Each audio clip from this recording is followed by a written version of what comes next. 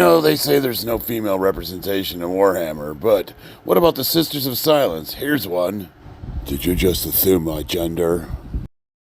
Good lord. Well, hey, at least we still have the custodian. Hey, fellas, what's cracking? Run for your lives. Save yourself. For the Emperor. Jesus, what's their problem? They're just a bunch of bigots and transphobes.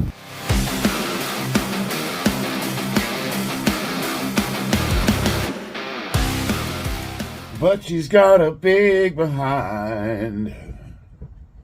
Oh. Good morning. We're going to be going over some comments today. Man, having some fun. I got some doozies. I haven't done comments in a while. You let them go for a bit, and man, they just come out of the woodwork. A couple of channel updates. I finally got the records posted, and I am, what do you know, ranked #1 in the United States for age 50, weight class 220. Doing pretty good. I think I'm going to compete again. I really, if I can manage to break into the 1,700 pound total, that's going to put me in some rarefied company. So I was really considering kind of hanging it up and going into coaching. I was going to focus on the boxing thing, which I am still doing really seriously. But I was looking at the records, and it's funny. Over 50, there's a more competitors than there was for the 44 to 49 age group, and I don't know if that's strange to me, because I don't know if it's because like guys are maybe having midlife crisis and thus they decide to get into powerlifting at the age of 50. But there are actually more competitors in the 50 and over age group than there was between 40 and 50. So I was really surprised. I thought when I turned 50, those records would just open up to me, and they're a little bit steeper. So I got some work to do, but I'm in a good spot. I think I can do it. So I'm gonna train. I'm not gonna do Worlds this year. I'm gonna probably pick a meet beginning of the year, probably right around the March time. That seems to be when they have them. So that gives me a couple months to heal, a couple months to focus on boxing, and then I'll get right back into it and start training for powerlifting again. Even though I'm not, like this last competition I didn't really train for it, and I still got a 1610 total. So I'm doing pretty good physically, and my numbers right now are really good. So I don't know. We'll just see what happens. In the meantime, I'm looking at possibly rebranding my channel. I really like the demographics of the people that I've been introduced to lately, and the people that are starting to follow my channel. I think I found a whole new demographic that was there maybe the whole time, but it's untapped, and it's nerds with muscles. Nerds, geeks, dorks. The kids got picked on in school that were into Dungeons and Dragons, tabletop games, sci-fi, fantasy, comic books, manga, you name it. But we want to get swole, and we're strong. We've grown up. That's us. And that's my kind of people, and I like it. So I was trying to think of a way to, like, how do I present my page to attract more like that? So if you're searching on YouTube, and you say you're like, you're super into anime, and you want to find some guy that's, maybe you want to get into working out, and you want to find someone just like you, who's maybe a little bit farther down the process, like me. How do I get to the top of that search rank? Because right now it's like a Generation X angry Marine. I am a Marine. But, I mean, does that really speak to that demographic? So I'm just tossing some stuff out there. So if you guys have any ideas on what you think I could rebrand my page as that sort of encapsulates all that, hit me up. I would love to hear your ideas. All right, in this video, I'm painting more of my salamanders. I got my Infernus Marines and Devastators. Where are you at? Well, that's a gray knight. Here we go. I've still got to do, I might have to give them a wash still, and then I got to do my highlight shading, so I'm still not done with them, man. I'm painting like 15 at a time, and I think realistically the best way, the most proficient way to paint is in small batches, like 6. When you have this many, it's just too much. It just takes forever. But this should conclude my salamanders collection. I don't, maybe not. I have a lot of salamanders. When my son said he wanted to build a salamanders army, we went nuts, and I got a ton of them. But then I found some custodes. So I'm going to paint those bad boys up. And some Sisters of Silence, and I got some Necrons. I got a whole bunch more orcs, a ton more orcs. I'm going to be painting a lot of orcs up. We're going to finish that army. And then I think I want to, we're trying to start an Inquisition army. So I got like Watch Captain Artemis. I got more Battle Sisters stuff. I got dropping shit everywhere. I got Inquisitor, and then Inquisitor Greyfax. So I'm starting an Inquisition army. Now they do sell Combat Patrol in a battle box, Inquisition, and you can load them up with 3 factions. You have the Inquisition agents. You have Death Watch, Grey Knights, Sisters of Battle, and I've already got a bunch of Grey. I've got all 3 of those. So when I saw that they were coming out with an Inquisition army, I'm like, that's perfect. That's 3. I have like 1,000 to 1,500 points of each, and so I already have everything I need to start playing. All right, today's first comment is from Burstmaster123. Now, I was kind of confused because his first comment is, I have bronchitis, and I'm like, does it mean bronchitis? And then the next one is, pick up the weight, brother. And he says, for the Emperor. I'm like, oh, okay. But I was confused by his post because he's talking to me about salamanders and having Death Watch, and I'm like, I feel like I know this guy. And then it hit me. Oh, that's my son. Aiden, you can't spell for crap. No, I'm just, well, you did kind of, your spelling's not the best. No, you gotta check out, my son's got a YouTube page. He does Beyblade Burst. We all play Beyblades. That's another thing. Yeah, you want to just throw that on a pile of nerd shit. And he has a channel featuring them, and I think, Aiden, are you doing Warhammer stuff now too? We both, obviously, as you guys know, we both paint figurines, and he's got more than I do, believe it or not. Being from split household, because he's from a different marriage, so he's got his mom's house, he's got mine. They spoil that kid, man. They buy him all the best toys. Like, I want them, and you don't take care of him either. No, I'm just messing with you. But no, he does. He's got a lot. He's got a bigger pile of shame than I do. And I think we have. I don't know. Maybe him and I will collaborate and start doing Warhammer stuff together. All right. The next comment is from Jesus Saves Solomon. And this is in response to me, flexibility and heavy bag training.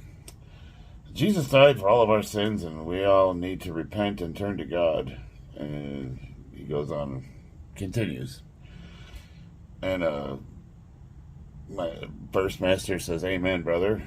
And I said, I do not disagree with you, but perhaps you could provide some context, because I'm not sure how that is related to the content. And I said, I also think Jesus wants us to take care of ourselves and be strong so that we can be proper disciples. See what I did there? And I think it's that if Jesus was around and available, he'd be training with me in the gym right now. He didn't respond to that. Is that blasphemy? Is that heresy? No, I don't think so. If you want to go biblical, there's a big case for being as strong as you possibly can physically. I think that's important. I don't think anybody can. If you're a man of faith, I don't think you have a right to neglect yourself physically. That's just my opinion. We're holistically. You have to have everything covered: mental, physical, spiritual. If any of those three are lacking, you're going to have a very unfulfilled life, and you're going to be missing out on a lot. It definitely affects your quality of life. So if you're going to get all biblical on me and start posting all that on videos where it's not relevant, that's going to be my advice to you, is to, hey, make sure you're hitting the gym, buddy, because Jesus will want that too, and I am being 100% dead serious. All right, next comment. Big Paw Tald, Tivald, a friend of the channel. In the Angry Marine review, Enemy Without, a Death Watch vignette, he wrote, Space Wolf Vanguard Reaver drop was sweet. Why am I mentioning that? I thought it was a chaplain. He had the skull mask, and the guy fell from the ceiling with the knife and stabbed the neck around, and then they cut his head off. I said it was like, oh, Space Wolf Chaplain, and he corrected me. It's a Reaver. So that's like it's a different class of Marine. It's a Primaris Marine, and they do wear the same mask, the skull mask, but they're like a ninja unit, like a recon light. They have like lighter armor for speed and mobility. So I just thought I would throw that out there because I'm old school, so I don't know as much about the newer stuff as I do the older. And I actually completely forgot about the Reaver class. I don't have any of them in my collection. And I think I need to rectify that because they look pretty cool. All right, now we're going to get into some fun comments. JCoach3064 left on several of my videos. Aw, she's pregnant. And I think he's referring to my stomach. And then the one where I'm training at a hotel. Looks like you're in the third trimester. And then back to another video. Just stop. You look ridiculous with that gut. And here's the thing. It's like, you guys know I have the bloating issue. But in both of those videos, I'm wearing a belt. Like, I literally have a belt on underneath my tank top. And I pointed that out to him. And so this guy... actually, I've been trying to goad him into having a conversation, so just to sort of see what it's about. But I went and checked his page out, and it is like, oh my god, it's so stereotypical. It's he drives like a ricer that sounds like a weed whacker, and he's all about like, he's just your if you think gym bro, that's this guy. You know what I mean? Like, he probably isn't strong. He probably just works out to, he drives he brags about driving a riced out BMW, and it sounds like crap. I told him I had a Mustang. He was making fun of it. And I'm like, I've had Mustangs my whole life, so we like American muscle cars. But like my Mustang's not mean. And actually I don't really drive it. My wife does. So I guess maybe you could call it a chick car, but I'm more into, like, I drive a Tahoe. Yeah, I drive a pickup truck. Actually, my commuter car is a Chevy Sonic, so what does that tell you? It gets 40 miles to the gallon. Probably tells you that cars aren't that important to me, but I'm just saying, like, I have a fast car, and it would maul the crap out of that POS weed whacker that he's driving. But it's just, I just checked him out just to see what kind of guy would comment on another man's looks. And it's just, everything about this guy screams low self-esteem. You know what I mean? dick measuring, that kind of thing. I asked him if he served. He says he did. I mean, oh, cool, right on. The questions I did get him to answer, reluctantly, he had to be condescending and rude, but I eventually did get him to talk. And he seems like him and I have a lot in common. And I wouldn't mind getting to know the real him, but he's just it just screams of crippling self-esteem issues. It's like, I don't know. I don't really have much to say other than I got another troll. Like he dropped the same comment on each video. It's like you guys all know that I have a medical issue, that I'm working with a doctor, and I do get bloating, and it's pretty bad sometimes. I don't know. But I don't know. It just wouldn't occur to me to I can't think of a scenario where when I'm watching other people's videos, powerlifters come in all shapes and sizes. Some of us are pretty overweight people. Some of us are super skinny. Some of us are shredded and we look like bodybuilders. Some of us don't look like we lift weights. But we all have one thing in common. We all powerlift. We all compete. And on that platform, it's all about picking up the most weight possible. And it just never would occur to me to point out the way someone looks. A couple guys I train with are, at the risk of sounding rude, they're clinically obese. They really need to lose some body fat. I think that the level of fat they have on them is unhealthy long term. It has nothing to do with how they look. It's just more longevity kind of thing. Just using PEDs, guys that eat to get big. There's negatives that come with that. That's all I'm saying. That's the most I would say. And I wouldn't leave that comment unless they asked me. If they asked me a question about diet and weight, I would leave that. But I would never just look at an overweight bodybuilder or powerlifter and be like, or you know what I mean? I wouldn't pick up. I just don't know. It's weird to. I've never left a comment on anybody's page about their looks. That's just, who does that? I know, it's so bizarre to me. And then it gets me thinking, well, what kind of person would do that? Somebody that's, I'm trying to imagine, if I saw a video and there was something I'm looking to criticize, I'm looking to pick something out, it's because I don't like what I'm seeing, and generally speaking, guys that dislike my videos to the point where they leave comments like that are insanely jealous, or they got some sort of thing where they just don't like what they're looking at, so they feel the need to disparage. And it's usually strength. It's usually it comes down to guys will leave comments well, I don't work out to be strong, I just want to look good. Yeah, obviously. Don't worry. Mission accomplished. You're not strong. Oh, I hope I'm like you when I'm your age. And you're not like me now, motherfucker. Oh, that's the funniest one. I love guys that leverage that going heavy is dangerous. Even though I'm 50 and I'm still lifting heavy, they're not, they most of them are 10, 15 years younger than me, and they can't perform a lift anymore because they blew their pecs out, and they're telling me it's unhealthy. And I think that's the most leveraged comment I get is powerlifting or is ego lifting, and that's not why I train. So you don't train to be strong?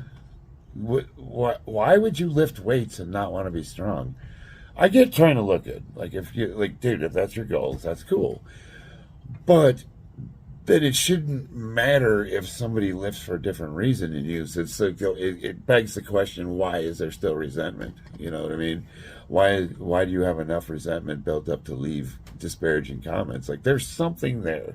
And it usually has to do with your inability to achieve or be competent, which would cause you to lash out against somebody else. So, and that's a self-awareness. I don't think they realize that, everybody who reads those comments sees that. And they think they're doing a mic drop. They're like, ha, I got him. I'm like, no, man. People read that and they just look at you and they're like, wow. Like, you don't know, you guys not have self-awareness? Do you not understand that? Like, when you leave comments like that, people read them and it reflects negatively on you. Everybody who's following my channel already knows my medical issues, so it's like you're not pointing out anything that I haven't talked about 100 times in videos that I've posted. But a lot of these guys, they don't watch my videos; they're just drive-by comments. So it's like, like I can explain to them that, yeah, I have a medical issue, and I made like 3 or 4 videos on it. They're not gonna watch them.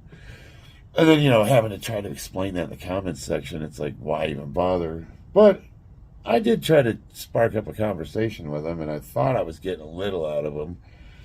I don't know. Have fun in your POS. What is it? Little rice rocket there. All right, next comment. Dutch DNA. He writes, leg day? Question mark. That's World's Strongest Marine presents Arm Day in 3 moves. I was watching the video, and you got the wide lens kind of shows. I was sitting on the floor doing pulls, and it does kind of make my legs look small. I guess the angle that they're at makes it look like I don't train legs. But I'm like, dude, I squat like 650 in the garage. Like, okay. So then I asked him, well, what do you squat there, Mr. Criticism? And he says 720 pounds. And I'm like, I don't believe you. Because guys that are actually really good at lifting don't, again, people that are competent and can actually do this stuff don't leave disparaging comments like that. So I want to see a video, otherwise I don't believe you. But just for curiosity, I did start that. I said, well, what's your body weight? What's your, he said it was 6'8", 280 pounds. I'm like, 720, that's a little more believable. I still don't believe you, but let's just say it is true. I mean, that unless you're over 40, that puts you in the open division. You would need 733 pounds to have, at your body weight, to have the equivalent of an international elite lift. For a guy my age, at my weight, I would need 573 would be the equivalent if we're going by body weight. So I actually have a way higher dot score. Which makes sense because right now I have the #1 squat in the world for my weight class in all federations. And I got to thinking, like, if that's not good enough, I don't know what to tell you. What else can you say? I train legs. All right, I want to switch gears to a little more serious. I got a couple of comments from Sanjay Jha 9605. He writes, sir, I want to ask one thing. Excuse me. I feel more stable and free without using lifting gear or any kind of wrist wraps on bench press. When I use, I feel like they limit my power and stop blood circulation. Maybe I wear them too tight because me feel uncomfortable in lifting gear. So should I bench raw mostly? Is that safe? Are there any chances of a pec tear or wrist injury? So, pec tears. I've never seen a pec tear in a natural lifter. I think pec tears are like, I'm not saying it can't happen to a natural lifter, but every pec tear I've ever seen was a guy that was on gear using steroids. And that's because the muscles grow faster than the tendons. And we get super strong, and it's like, you just want to keep going heavier. You feel like Superman, and then, that's how that happens. Wrist wrap's a little bit different. That's going to be really dependent on your physiology. So, like for me, you'll notice on a lot of guys when they bench press, they have a problem with their wrists. And all that wrist wrap does is it keeps you straight and stable. And we do wrap them tight, but we take them off after every bench. So when you're on the platform, you bench, you take the wrist straps off because they will cut your circulation off.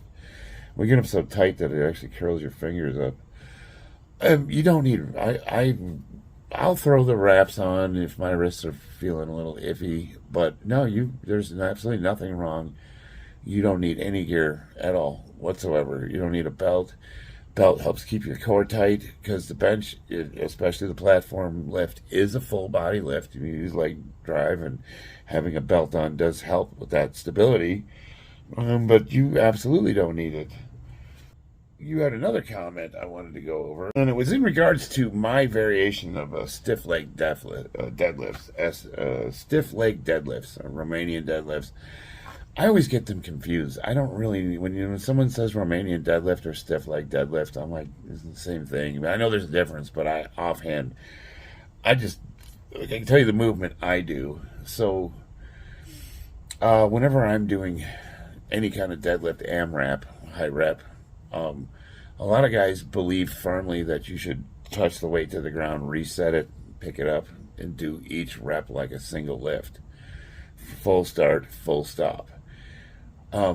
I like touch and go better, where you barely touch the ground and you just keep constant tension, because I think that lends itself towards hypertrophy way more. And I've seen much faster strength explosions, or when I busted through plateaus quicker doing AMRAPs, where I do constant tension over resetting fully. But if you want a complete program, you could do both. You can alternate. So like 1 week you can set the weight down and pick it up, and then the next week you can do touch and go. So do both of them. Really, that covers your bases right there. What I do like about resetting the weights and picking them up is it helps with breaking the floor. What I like about touch and go is I think it addresses sticking points a lot better. And if you're trying to get bigger back muscles, I think that the touch and go sets lend themselves towards bodybuilding a little bit better. So to me, it's just like, I don't know. I just feel like I get a lot more out of constant tension. And the other thing is, because I've had lower back injuries that were non-lifting related, it's also safer because it keeps your core tight. There's a tendency that some people have as they're fatiguing when they set the weight down and go to pull it. There's a chance you could relax your core, and that's where injuries can happen. So by keeping that constant tension on it, you're keeping that core tight, which I think keeps your back safer. Oh, there's nothing worse than when you pick that weight up and you get that little twing in your back, drop the weight. Did it hurt myself? You feel a little sore? You sit down for a few minutes, get up, and oh, Lord have mercy, that is the worst. And that's what I try to avoid at all costs. And just a little tiny twinge in the back, and an hour later, after I've rested, I can't walk. That's how bad it gets. So I am super, super careful when I do deadlifts. And that's another reason why I like doing the stiff leg deficit pulls, because they're safer. You're not working with as much weight, but you're in a compromised position, so you can't lift as much weight. I just feel like the carryover, it checks all the boxes. It bulletproofs your lower back. It helps with your conventional deadlift numbers. It's safer. It's better. It's just better all around. That being said, I rotate a lot of variations in my deadlift program, so that's just one of them that I do. I have a day where I do regular conventional deadlift. I have a day where I do the trap bar. I have a day where I do stiff leg deadlifts, and I rotate through all those. And, that's my program, and a lot of barbell rows too, and variations of those rows. So my complete deadlift program is about 6 different lifts total. But I would say if I had to pick one, that would be this one. That would be my go-to. All right, this video got really long really fast, so I need to get to work. It's early. I'll post this after I get it all compiled. I love you guys. I'll see you on the battlefield.